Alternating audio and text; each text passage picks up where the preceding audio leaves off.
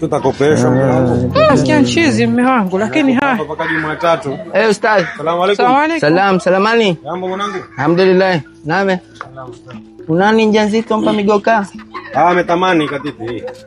Ametamani sasa.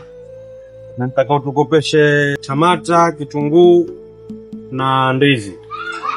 Sasa tukwa hii nataka nini nani? Tamata, kitunguu, tomata nga? Tomato kama mimi natamani udongo.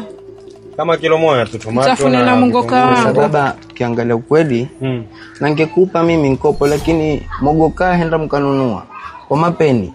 Lakini kwangu kibandani mtakuwa kukopesha. Baba sina mapeni yangu mimi kwako. Kama uko pia tunkopa. Hata kama umekopa jirani, hatuwezi kuketina na hiyo stadi. Jumatatu tutapotea senti zako. Na mimi siwezi mambo hayo. Wewe ula migoka ametukua na udongo ete. Mimi udongo. Ete huku bwana ustadi mwambie ete hono ete udongo. Hizi biashara kwa Jumatatu tutakwenda. Babangu siwezi. Sitokupa hata. Si mimi ni mtoto. Bata udongo atoka taka pilipili mbiti sikupi ete. Yani wale wataka keshi kule. Ete bismillah. Huyo. Lazima mwenyewe vitu vyako na kulani na tumbo langu la mimi. Tafasha bwana mkao ya kukopesha nuksi tu.